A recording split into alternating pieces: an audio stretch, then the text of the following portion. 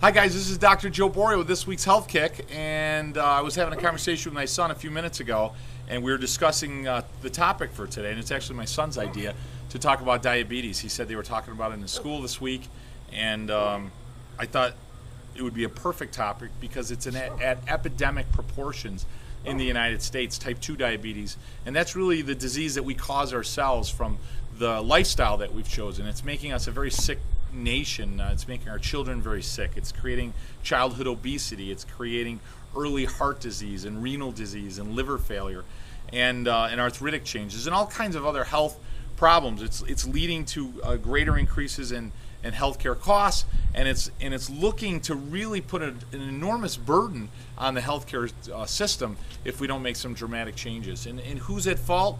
Well, I don't think there's a big conspiracy, but I think what happened is slowly, really since the early 1900s, that our life has gotten busier and time has become more precious for us. We started to process our foods. We started to prepare foods. We started to manufacture food, if you will. As a result of that, what's happened is the food that we now eat has caused all kinds of different diseases. As a result of that, what's happened is we've stripped the food of nutrients. So we've processed it, so we've made it too simple in its carbohydrate structure. We've stripped it of all the nutrients that are supposed to be in the food, and now the food is less nutritious, and it becomes very toxic or sick, and it creates different types of illness in our body, and certainly, unfortunately, it creates a lot of illness in our children. And in my opinion, it's unacceptable, and I think at this point, because we know the truth and we know the facts, you know, we as leaders, both as parents, as educators, as administrators for our school system, we need to take a different stance.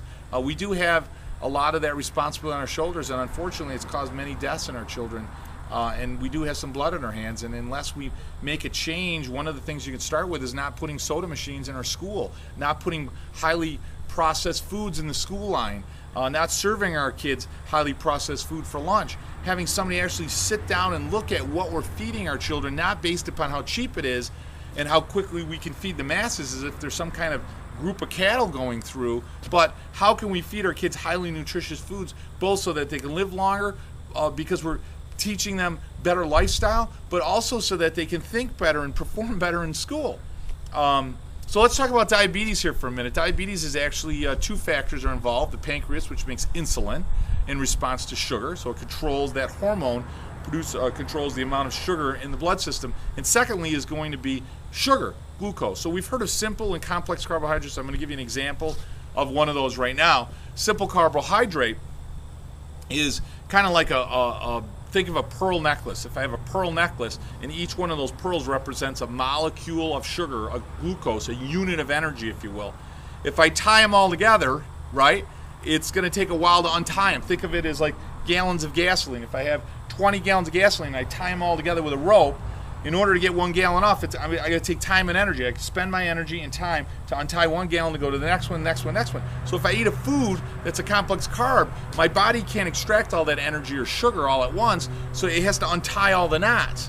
And in doing so, what happens is the amount of sugar released in my circulatory system is done at a very slow rate. So my pancreas has to do very little work. It trickles in a little bit of insulin, and therefore my pancreas is healthier, my circulatory system's healthier, I'm healthier as a result of it. If I untie all the gallons of gasoline or untie all the beads in the pearl necklace or what have you, and I swallow them all down at once, there is no time or expenditure of energy. So as a result, all of the sugar goes into my body all at once, and as a result, my insulin and my pancreas have to work extremely hard, producing an enormous amount of hormone to be released in the body. And after I do that day in and day out, I'm not saying you never can have junk food, but day in and day out, what happens is my body stops paying attention to the insulin, and I become insulin resistant, hence type 2 diabetes. Now I got to take a drug or an injection or a pump for something that was totally preventable in the first place. So anything that we're eating processed, like pancakes and pancake syrup and high sugar foods and cereals that are really high in sugars and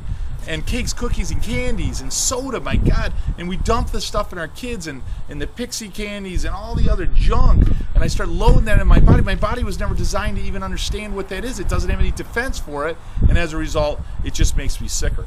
The result of it is very damaging. If I take a steak that's red, like a raw piece of meat, and I take that steak, which is flexible and mushy and gushy and pliable, and I cook it on the grill, right? And I make it really well done. What happens to the meat? Not only does it get smaller, but it gets hard and stiff, and it's difficult to pry and bend and so forth. That's what happens to the proteins. It's called denature. Same will happen in an egg, right? You got egg whites, you put it on a pan, it gets white and gets stiff and changes the structure of the protein. Well, the same will actually happen to your tissue, and it doesn't need heat to do it. You can do it chemically. The chemical in the body that's causing it is actually glucose, and it's called glycosylation. But what happens is it actually cooks you. So your muscles will then become very stiff. Your joints will become very stiff, just like that meat going to well done, right? What's it going to do to the nerves? Neuropathy. It damages all the nerves, not only brain and spinal cord, but all the peripheral nerves. You can't feel your hands, you can't feel your feet. All the messages going through your body are greatly affected and damaged. What's going to happen to the kidney? It's going to get hard like that piece of meat. The liver, the same thing. I'm going to go through renal failure and liver failure, pancreatic failure, arterial sclerosis, atherosclerosis. The arteries become harder. The heart becomes harder, losing ability to pump and circulate. So I go through congestive heart failure. I mean, it's just an absolute process.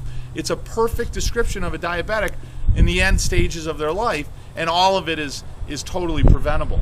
And it's unfortunate that we have to go to that point before we can make some changes. How do we make some changes? Reality is this: if it's processed, don't eat it.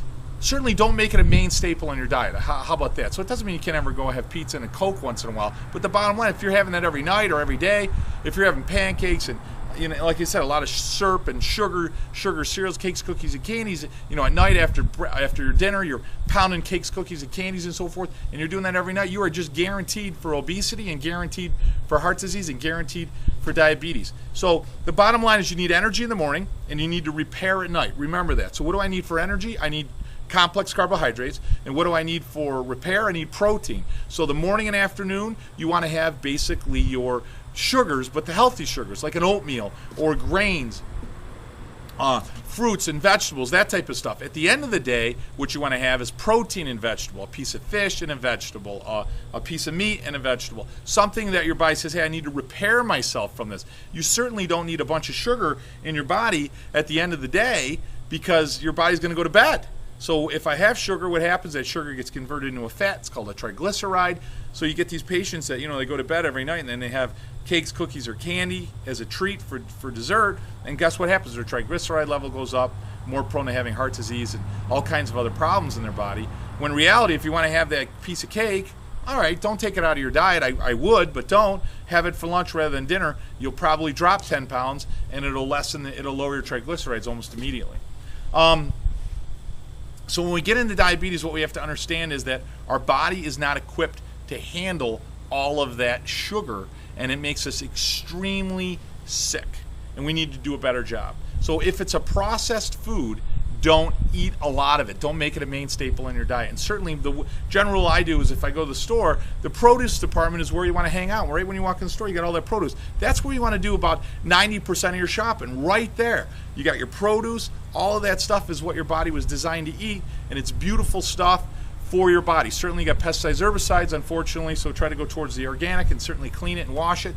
To wash off as much as you can, but the reality is that's where you want to spend most of your time. The 10% of the rest of the time you can circulate throughout the rest of the grocery store. But remember, if it wasn't around 1,000 years ago and you're buying it with a package with a label on it, your body really isn't meant to eat it. If I grab an orange or an apple, it doesn't have any label of ingredients because you know what's the label of ingredients is nature, and that's what we're designed to eat. Okay, this is Dr. Joe with this week's Health Kick. We're out of time. Remember, you guys need to eat well. You need to exercise. You need to rest properly. You need to drink a lot of water. You need to have positive mental thoughts inside your head. You got to be saying really good, happy things to yourself. That definitely reflects on how healthy you are. And last and most importantly, make sure you, your husband, your wife, your kids, your grandmother, your grandfather, anyone you love, anyone you care about, they need to be under regular chiropractic care, guys, because if your brain can't communicate to your body, if your spine's sick, those messages, those important messages don't get where they're supposed to, and you're going to get sicker and die a lot sooner. This has been Dr. Joe Borio with this week's Health Kick. Have a great week.